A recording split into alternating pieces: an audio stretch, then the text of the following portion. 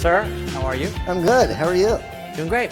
So, Dave and I met years ago at a conference, and it was when Andy Grove invited us to be on his private plane, and I remember that he offered us a beer, and we chuckled like little kids. It's like when your dad says to test you when you're 18 years old, here's a beer, you don't know whether to take it or not. And then I remember, I think you offered me an Ambien. Right? With the beer.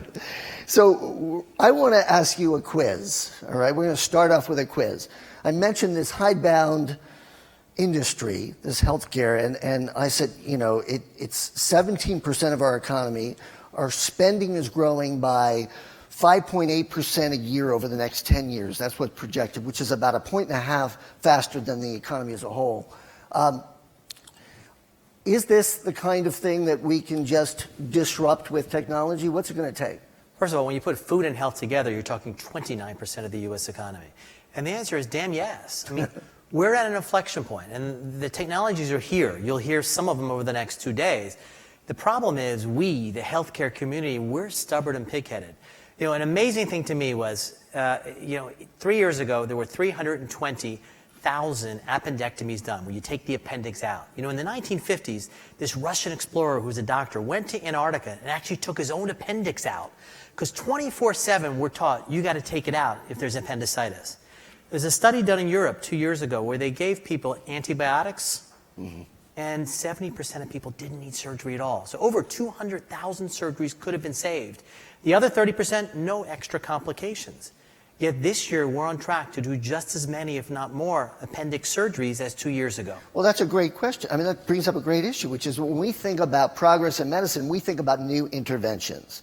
And really, part of the revolution that's happening in digital health and other new technologies is this understanding that maybe we don't need those new interventions, and understanding risk in a better way, and understanding, I know you're going to talk in a few minutes about what it really means to be well and healthy. Talk to me a little bit about how your perspective has changed as a physician. You're a cancer doctor, you're a transformational thinker in this area? I'm a transformed thinker. I look at it very simply, is that once or twice a week, I look someone in the eye and say, I've got no more drugs to treat your disease, and I don't want to do that anymore. Right. And the best way to treat disease, no matter what technology we have, no matter how we can make our T cells do this or do that, it's to prevent the disease. Yet we're incentivizing, we have a system where surgeons get paid to operate. We push to treat. Yet we're not incentivizing to prevent. We can prevent most diseases in this country, and we don't. Not all, but we can certainly reduce the rate of cancer by almost half. We can dramatically reduce diabetes and heart disease if we actually practice prevention. Part of that's a time scale, right? The average time on a health plan in the United States is several years. So why should your health plan do something to you today when it's going to benefit the next one a decade from now? And the same is true with the workplace. The politicians, we do have politicians in this country, I think. Although they're not talking about this, right? So I think we have an election coming up. Anyone know? Do we have? All right, I think we do. But they're not talking about healthcare issues. They're not talking about digital health.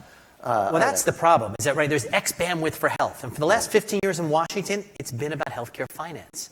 That's all we talk about. The only healthcare you hear from the candidates is about healthcare finance. We need to change that discourse to health. We need to actually change things. 5% of people are responsible for over 50% of the costs of ACA, of Obamacare, the Affordable Care Act. That's a major statistic right there we got to start to tackle. How do we take those people who are using large amounts of care and change that? Those discourses aren't happening. And we talk a lot about big data in this environment. We talk about digital health. So much of this is really about smarter data, not so much as big data. Really understanding, analyzing the shards of information that we can find from there. But yeah, you got to understand from my perspective, as a doc in the trenches, any data at all is transformational. Right? I mean, we never had data. When you search on Google, your search today is better than your search yesterday. You actually they look at where people went, and they make it better. I care for patients the same as a year ago, 5 years ago, 10 years ago. The notion of trying to use data to change how we do things is so exciting. I mean, literally, we're on the edge of our seats, and we're at the point where it's going to make a difference. Well, over the next day and a half, we're going to be talking about all this. We're going to be talking about data, how to make sense of it. We're going to be talking about new technologies and seeing some of them, from virtual reality to artificial intelligence and deep learning to all sorts of sex and that's the other conference. That's the other conference. We're going to be talking about bioengineering and CRISPR and new gene editing tools and wearable sensors and a whole much more. We have about 54 seconds left. We are going to keep things moving very. But I want to thank you, and I want to thank Fortune. I mean, because obviously this is the first force in health. Can you imagine that, the largest business, magazine, and this is the first one. So it's exciting, and you were the champion. You made this happen, and it took a lot.